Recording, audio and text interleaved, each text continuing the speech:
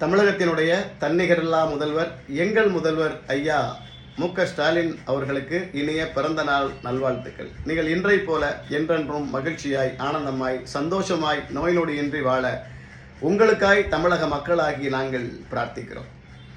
ஐயா அவர்களுக்கு இந்த நேரத்தில் ஒரு சிறிய கோரிக்கை.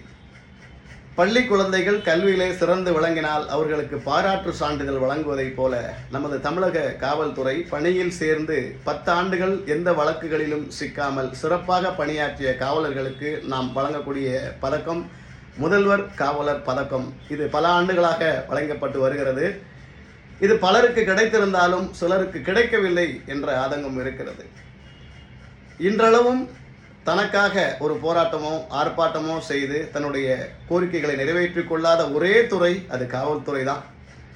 உங்கள் கண்ட்ரோல் இருக்கக்கூடிய தமிழக காவல்துறையின் பணி ரொம்ப சிறப்பானது. இன்றைக்கி நம்ம நிம்மதியாக தூங்குகிறோம், வெளியே நிம்மதியாக போயிட்டு வரோம் அப்படின்னா அதுக்கு அவங்களுடைய சிறப்பான பணி தான் காரணம். அதனால் ஐயா அவர்கள் கவனத்தில் கொண்டு இந்த முதல்வரின் காவலர் பதக்கம் எந்த காவலருக்கு கிடைக்காமல் இருக்கிறதோ அவர்களுக்கு உடனடியாக வழங்க வேண்டும் என்பது மக்களாகிய எங்களுடைய கோரிக்கை.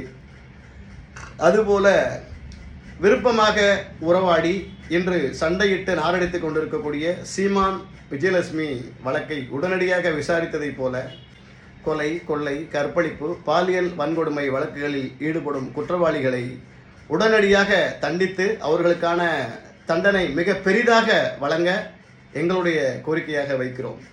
அதே போல தமிழக மக்களுக்கு நீங்கள் நன்மைகள் செய்ய நினைத்தாலும் இடையில் புகுந்து இடைத்தரகர்கள் சில வேலைகள் செய்து கட்சிக்கு கெட்ட பெயரை வாங்கி கொடுக்கும் விதமாக செயல்படுகிறார்கள்.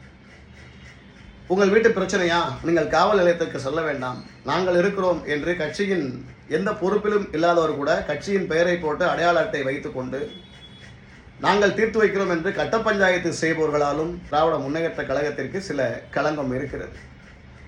இவர்களெல்லாம் அடையாளம் கண்டு உரிய நடவடிக்கை எடுத்து அவர்களை சிறையில் அடைத்தால் கட்சிக்கு இருக்கும் சிறிய கெட்ட பெயர் கூட இல்லாமல் திமுக என்றால் மாபெரும் கட்சி, நல்லொழுக்க கட்சி என்ற பெயரை சம்பாதிக்கலாம் என்பது எங்களுடைய வேண்டுகோள்.